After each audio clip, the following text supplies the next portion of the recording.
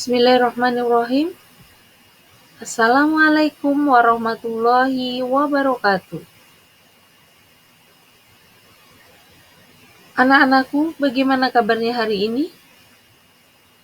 Semoga kalian semua dalam keadaan sehat walafiat dan selalu dilindungi oleh Allah Subhanahu wa Ta'ala. Alhamdulillah, pada hari ini berjumpa lagi dengan mata pelajaran PPKN. Pada perjumpaan hari ini, kita akan belajar tentang Semangat Kebangkitan Nasional tahun 1908.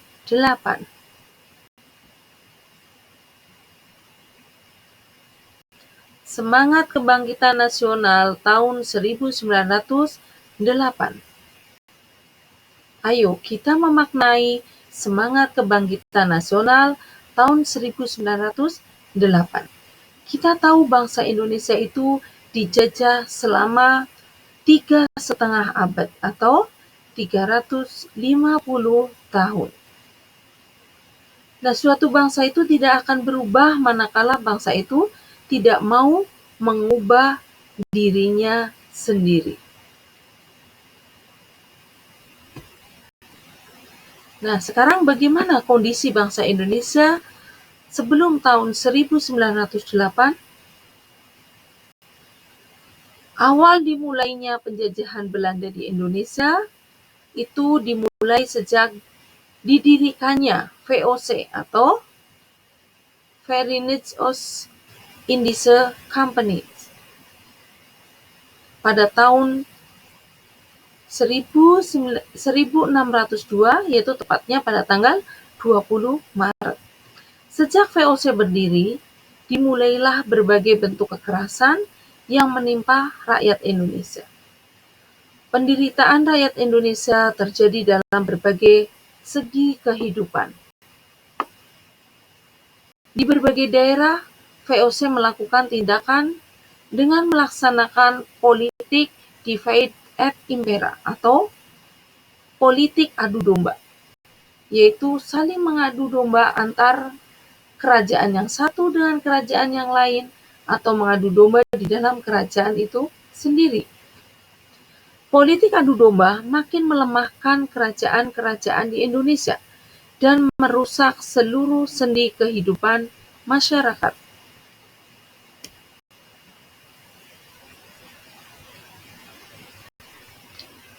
Bangsa Indonesia semakin menderita ketika Daendels berkuasa, yaitu pada tahun 1808 sampai 1811,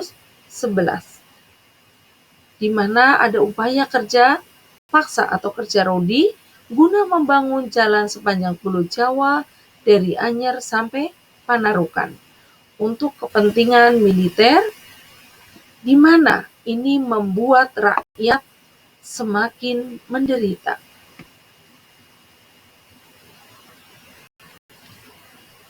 Penderitaan rakyat Indonesia berlanjut karena Belanda kemudian menerapkan kultur stelsel atau tanam paksa. Peraturan tanam paksa diterapkan oleh Gubernur Jenderal Hindia Belanda, yaitu Van der Bos, tahun 1828. Sistem tanam paksa mewajibkan rakyat menemani sebagian dari sawah atau ladangnya dengan tanaman yang ditentukan oleh pemerintah dan hasilnya diserahkan kepada pemerintah.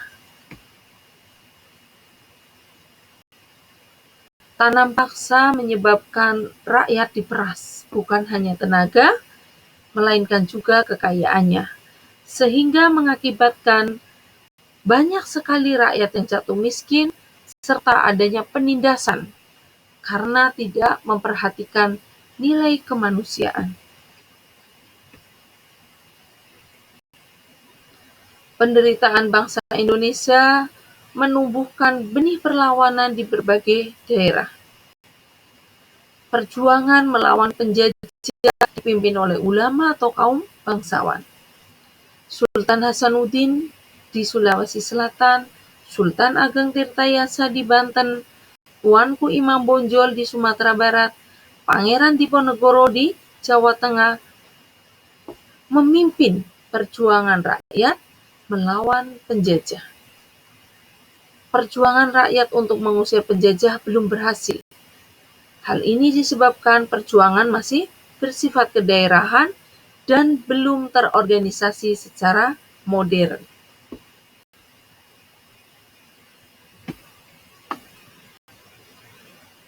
Penderitaan yang dialami bangsa Indonesia menyadarkan beberapa orang Belanda yang tinggal atau pernah tinggal di Indonesia. Di antaranya Baron van Hove, Edward Douwes Dekker, dan Mr. van Deventer. Edward Douwes Dekker terkenal dengan nama samaran Multatuli yang menulis buku Max Havelaar pada tahun 1860. Buku ini menggambarkan bagaimana penderitaan rakyat Lebak Banten akibat penjajahan dari Belanda. Mr. van Deventer mengusulkan agar pemerintah Belanda menerapkan politik balas budi atau etis politik. Politik balas budi ini terdiri dari 3 program, yaitu edukasi, irigasi, dan transmigrasi.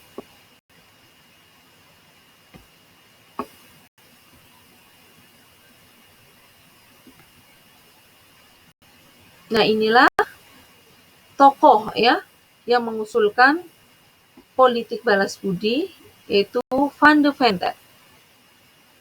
Nah, politik balas budi ini merupakan suatu pemikiran yang menyatakan bahwa pemerintah kolonial itu memegang tanggung jawab moral bagi kesejahteraan pribumi. Nah, ini adalah program dari politik balas budi. Yang pertama, edukasi, yaitu menyelenggarakan pendidikan bagi masyarakat pribumi agar mampu menghasilkan kualitas sumber daya manusia yang lebih baik. Pemerintah Belanda membangun sekolah-sekolah untuk mendapatkan tenaga administrasi yang cakap dan murah. Pendidikan ini hanya untuk anak-anak pegawai negeri atau orang yang mampu. Kemudian program yang kedua yaitu irigasi. Ini membangun sarana dan jaringan pengairan. Pembangunan irigasi dilakukan untuk mengairi sawah-sawah milik penduduk sehingga mampu meningkatkan kesejahteraan penduduk. Irigasi ternyata hanya ditujukan kepada tanah-tanah yang subur untuk perkebunan swasta Belanda, sedangkan milik rakyat tidak dialiri air dan irigasi. Kemudian program transmigrasi, yaitu perpindahan penduduk dari daerah yang padat penduduk, khususnya Pulau Jawa, ke daerah lain yang jarang penduduknya, agar lebih merata. Dibanding transmigrasi atau imigrasi keluar daerah Jawa, hanya ditunjukkan, di bidang transmigrasi atau imigrasi keluar daerah Jawa, hanya ditujukan ke daerah-daerah yang dikembangkan perkebunan-perkebunan milik Belanda. Karena adanya permintaan yang besar akan tenaga kerja di daerah-daerah perkebunan seperti perkebunan di Sumatera Utara.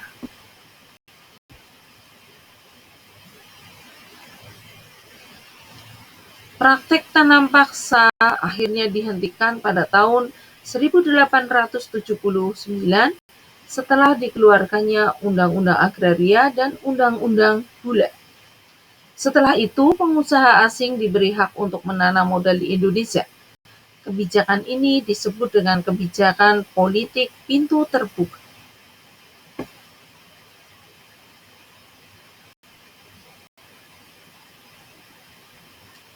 Nah, ini pada awalnya hanya pemerintah Hindia Belanda yang mendirikan sekolah tingkat rendah.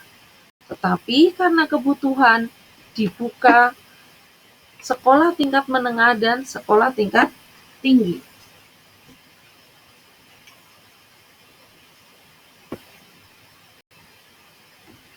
Nah, pendidikan umum yang didirikan oleh pemerintah Hindia Belanda ini mencakup jenjang SD 7 tahun atau HIS ya, Hollands Inland School atau kemudian SMP yang disebut dengan MULO, Meerjutebrik Lager Onderwijs.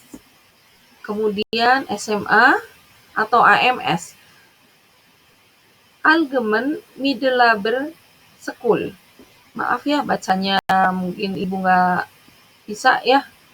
Kemudian ini di tingkat SMA itu ada bagian A, Bahasa dan Ilmu Humaniora, kemudian bagian B, Ilmu Pasti dan Ilmu Alam. Kemudian setelah itu ada tingkat perguruan tinggi. Jadi pendidikan umum yang didirikan oleh pemerintah Hindia Belanda itu ada tingkat SD, SMP, SMA, dan juga perguruan tinggi. Kemudian pendidikan kejuruan yang didirikan oleh pemerintah Hindia Belanda. Ada HIK atau Hollandse Indische Quick School. Merupakan sekolah guru bantu yang memiliki masa pendidikan 4 tahun. Kemudian yang kedua, Hogere Quick School atau sekolah guru atas yang memiliki lama pendidikan 6 tahun dan terdapat di Jakarta, Medan, Bandung, dan Semarang. Kemudian Osvia, Opleiding School for Inlandis Ambtenaren, ya, merupakan sekolah untuk calon pegawai pemerintah atau pamong praja. Nah, inilah gedung Stovia ya.